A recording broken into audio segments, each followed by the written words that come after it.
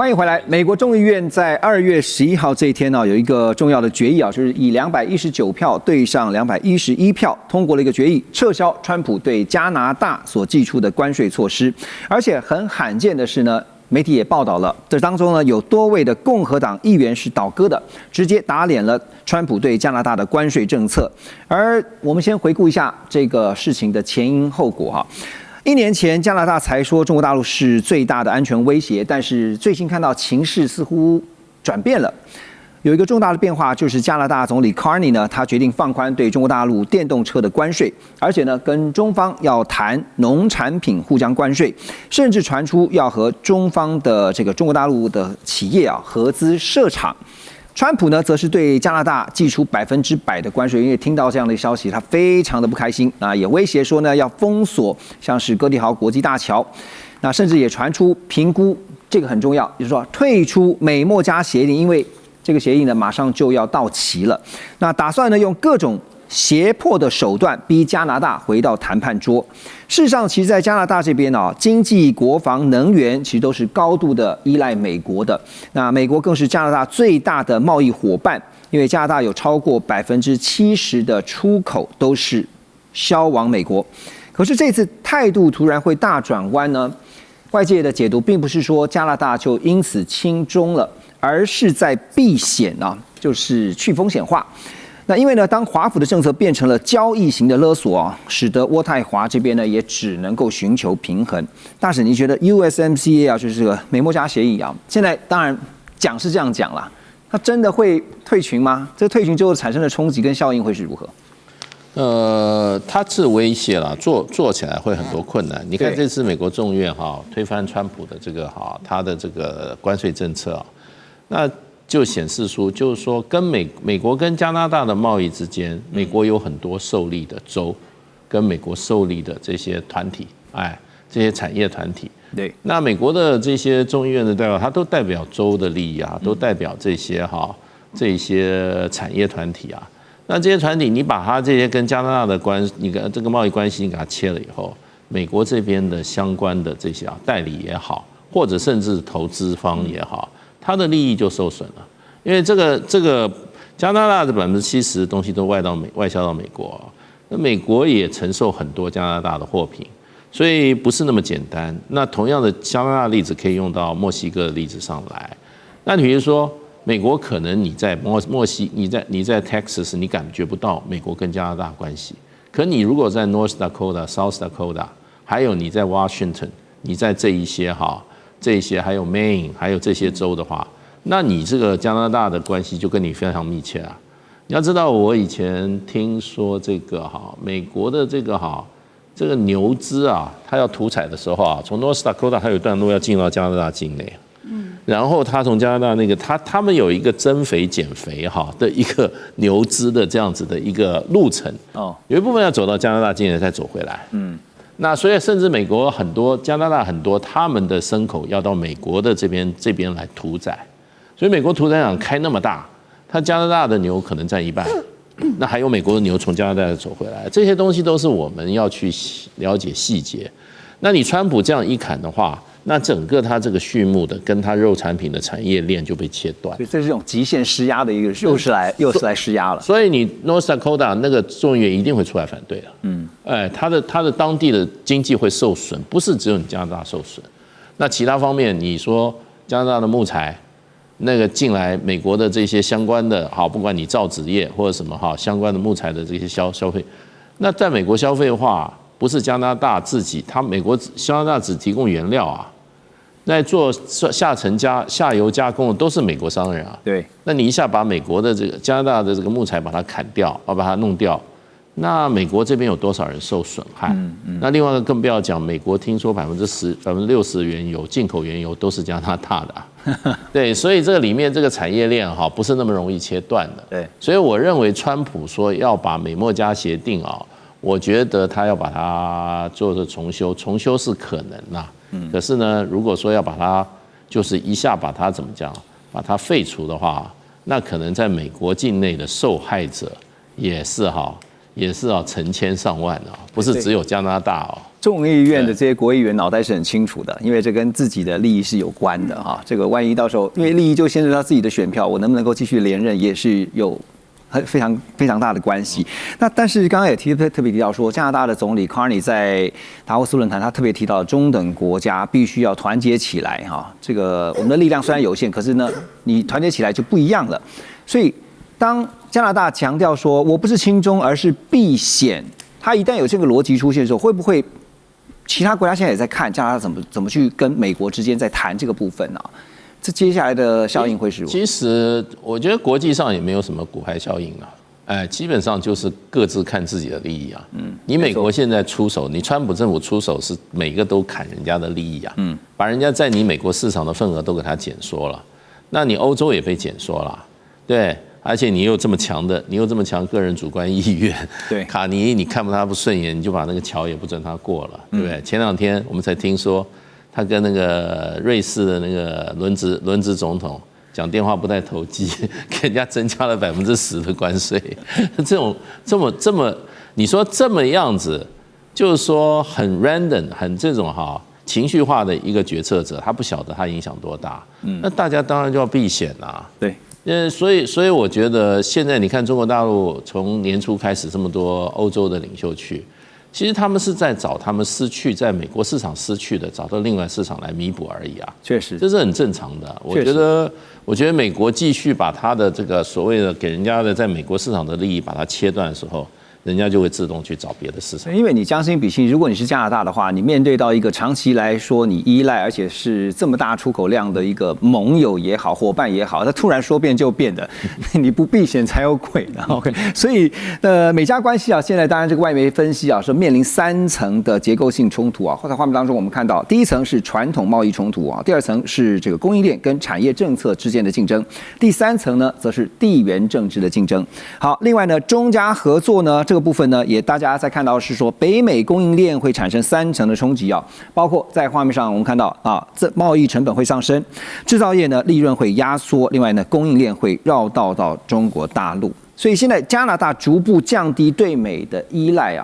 原先超过70%，可是卡尼已经说了，他必须要调整这个应该是大势所趋了吧？我们从顶层一直往下面到民生开始讲今天并不是加拿大主动的说我要调整，是美国说你要变成我的51州，你这个州长先生要努力来配合我。所以现在所看到的这个大势呢，对于加拿大来讲，因为美加墨是一个非常紧密的结合。大家可能记得原来的那个 NAFTA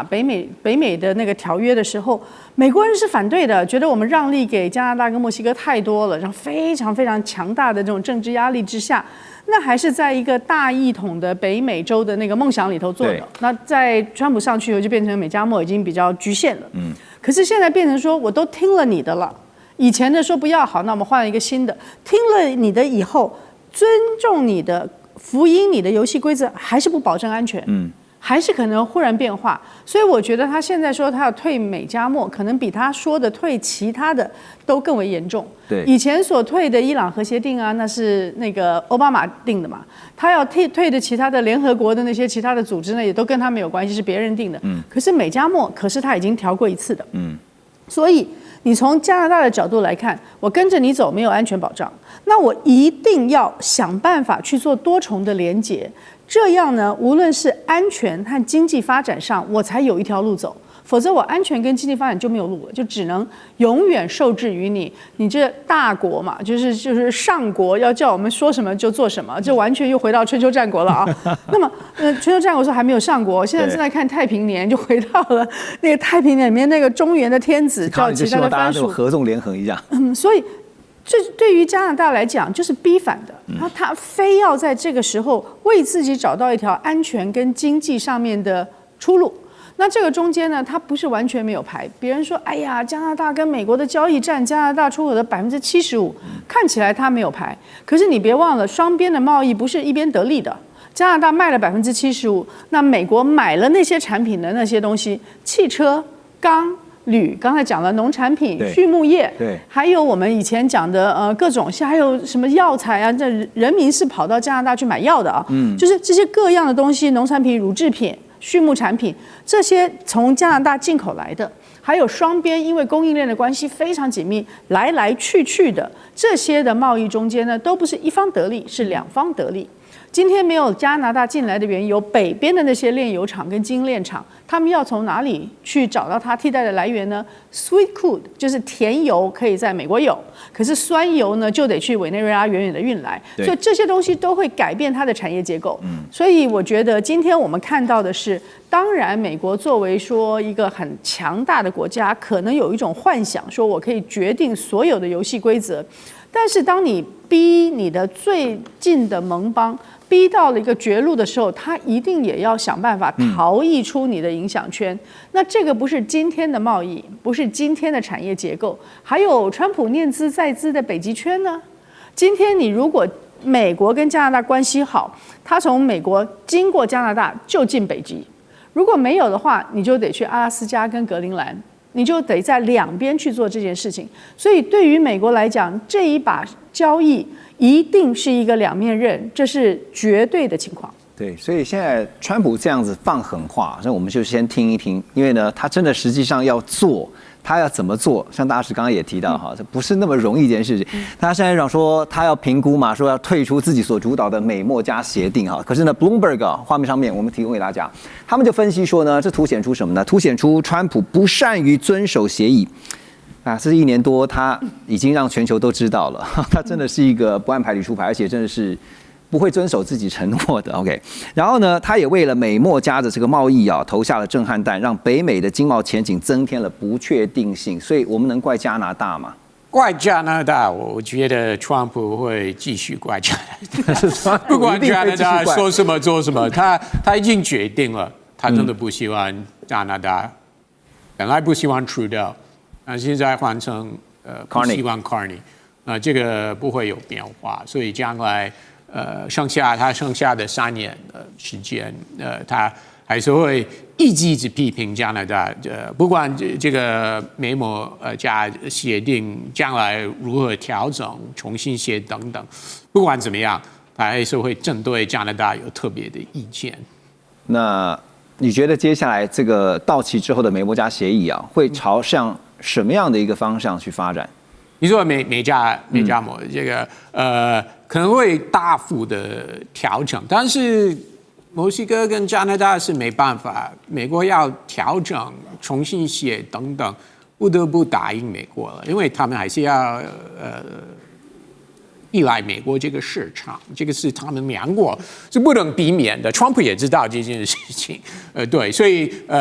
川普在这个 negotiation 当中，我觉得川普他的地位还是比较强。那墨西哥跟加拿大是不得不答应他了。对，所以问题就回到了川普自己，他和他的团队在未来怎么去做这些决定、这些决策。像刚刚倩也提到，这是把两面刃哦，你在不断去放狠话的同时，你也必须想到，接下来如果伤到美国，到底程度会有多少？这也是必须要先做评估的。我们休息一下，马上回来。中美互动牵动全球，美中竞争，地缘争霸，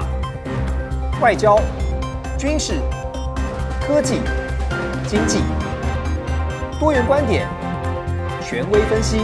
一同掌握2026全球新秩序、新赛局。每周6日，寰宇全世界带您走进全世界。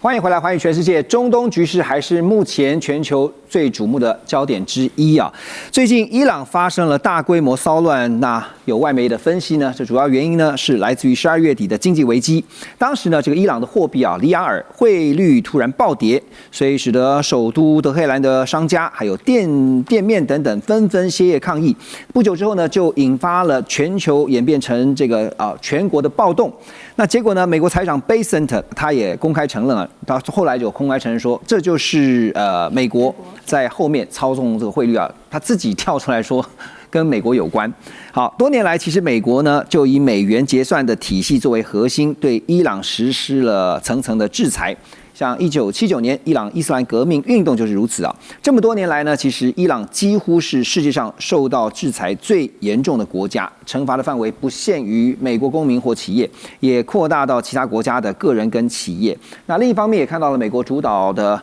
联合国还有欧盟其他国家呢对伊朗进行相关的制裁，这个范围呢更是扩及对伊朗的石油跟天然气贸易的制裁。好，所以从这种种过去一直到现在的经验来看，建姐您觉得美国一直在用经济手段，不管制裁啊、封锁啦、围堵啦，甚至呢操纵汇率，他自己都明白的讲，就是我们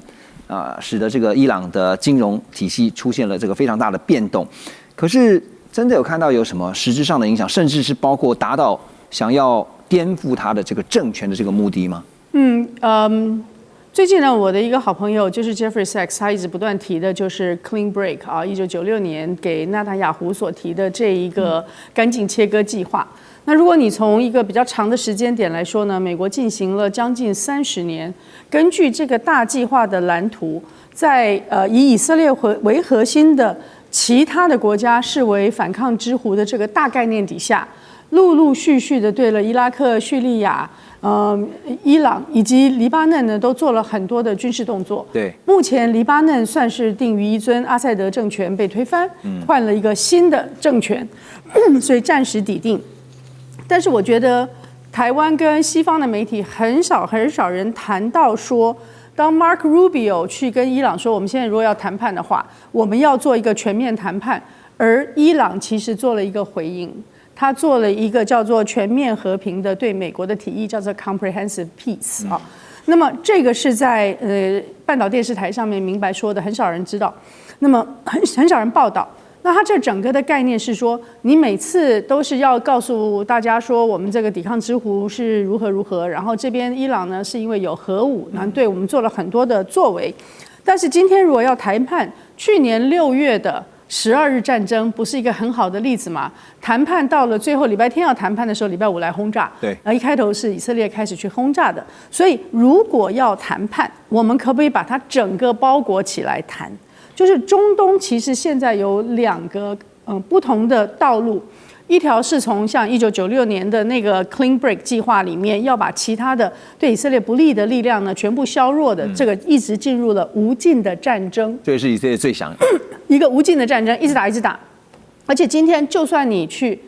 再一次的对伊朗推翻了他的政权，那么将来呢，这还是会有一次又一次的反对，不可能完全没有。另外一个呢，是有没有可能做全面和平？那全面和平的最高的前提，其实是1948年在以色列要建国的时候的2国方案。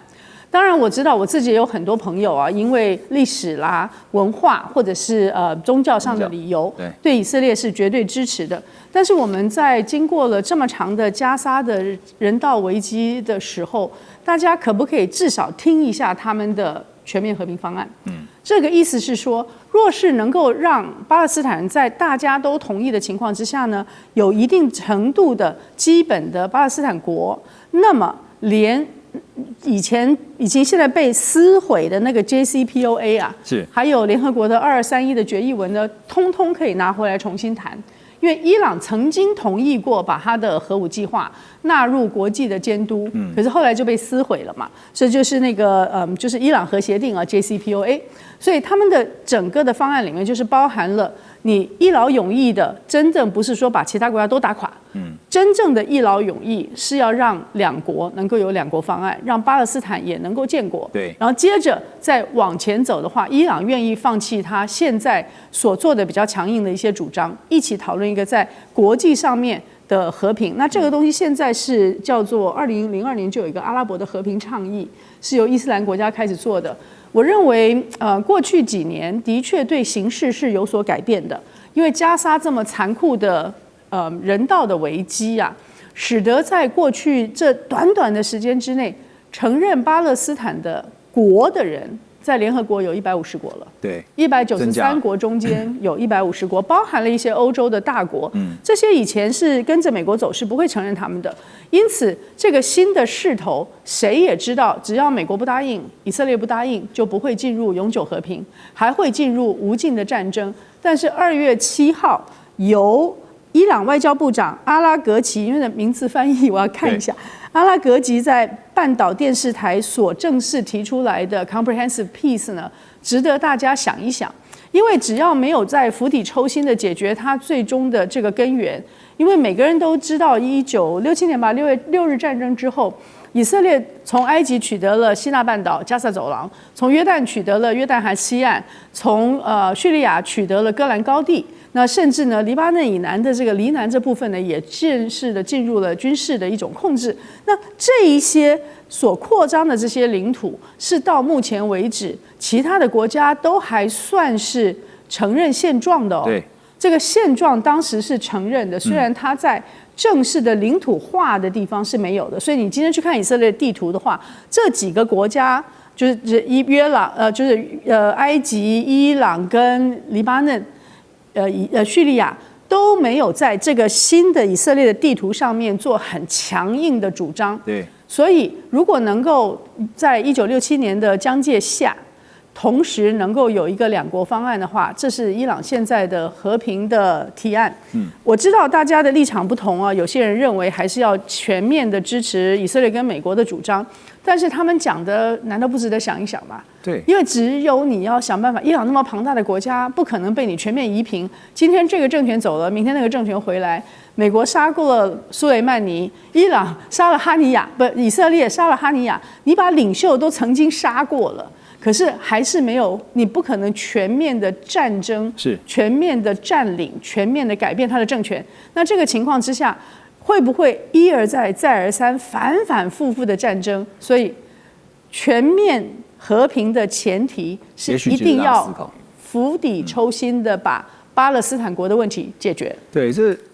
大家想的是釜底如何抽薪啊，不然的话就只是治标不治本哦。那当然，除了刚刚讲说经济制裁。如果经济制裁有效的话，可能这个问题会到现在还无法解决嘛。所以呢，除了经济以外呢，在军事力量也用上哈。最近也看到说，第2艘航母就是五角大厦也宣布了，除了原本的已经在这边有大军压阵之外呢，第2艘航母就是布希号呢，也即将要进驻到中东哦。看起来就是又是一次的极限施压。可是另一方面也看到中国大陆这边055的大驱这个驱逐舰的编队呢，也被外界捕捉到出现在伊朗周边的海域，包括了瞭望1号侦察船呢，也被看到有出现在附近。那解放军的部署当然引发了外界的关注，可是出现本身就是一种讯号啊，大使如何解读？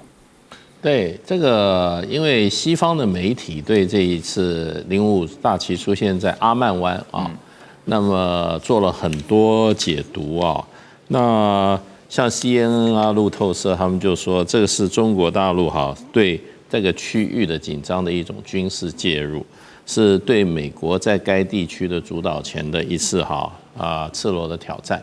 那所以呢，这个西方对这件事的解读是非常的严重。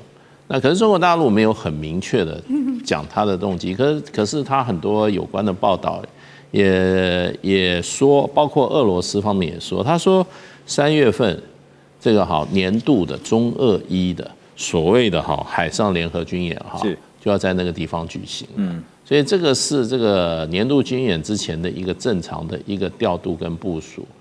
他也没有说你西方这个媒体有点小题大做。对。那另外一方面，中国大陆也提出说，他说其实中国大陆的军舰出在阿曼湾，事实上也不是第一次。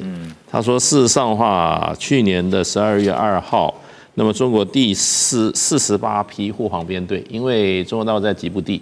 有关的有军事基地，所以这个护航编队也有经过阿曼，所以他说其实中国的军舰出现在阿曼湾，其实对阿曼来讲从来就不是一个意外事件，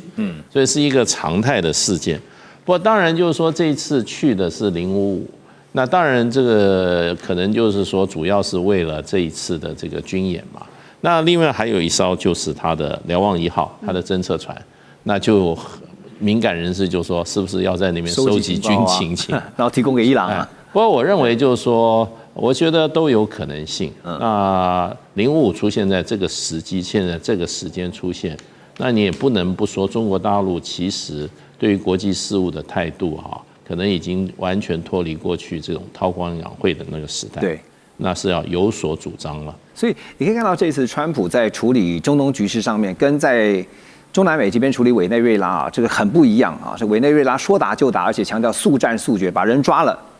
就解决了。但是呢，伊朗不是这么一回事啊。来，画面右下方你可以看到说，伊朗跟委内瑞拉相异之处在于说地理位置。这个是不同的哈，它特别在波斯湾这个地方的重要战略位置，它一旦打起来了以后，不是只有伊朗跟美国这件事情，或是以色列的事情，它牵扯到了中东周边整个国家一些相关的局势会如何的变成一个区域型的冲突，还有呢，美军万一造成了伤损的话，这个事情可就大条了。另外就是怕会变成了持久战，所以种种的因素啊，这背后要考量的复杂性因素 ，Russ 你怎么看？